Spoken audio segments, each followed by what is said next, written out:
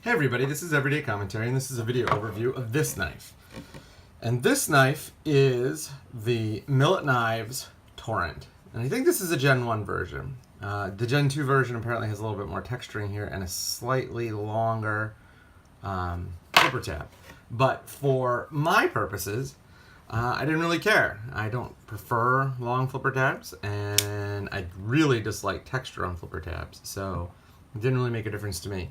As you can see, this knife runs a pattern welded Damascus. Mine has an overlay, a machined overlay of carbon fiber, and then I think all of them have a frame lock show side.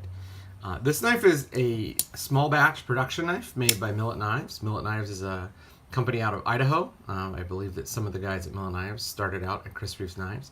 And they make some really, really beautiful, beautiful knives. So before we get started, let me show you how big it is. So here is the Millit Knives Torrent on a deck of cards, which, you know, everybody knows how big a deck of cards is. And here's the Millit Knives Torrent compared to an Amazon branded AA battery. And you can see it's about as thick, a little bit thinner than a AA battery. So the overall knife is a very, very well-made knife. It has incredible fit and finish. The tolerances are insane.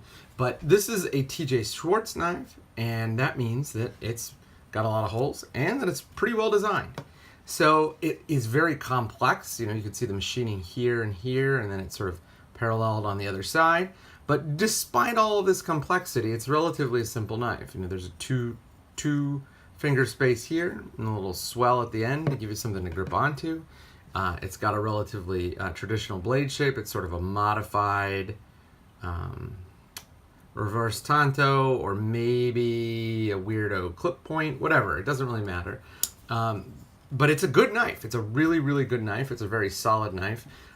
This particular model, I think, cost $595. It comes with this sculpted titanium pocket clip. And look at that. It's a titanium pocket clip that has some spring tension. So overall, I'm really impressed with the knife. It's incredibly well executed. Everything about this knife is well done.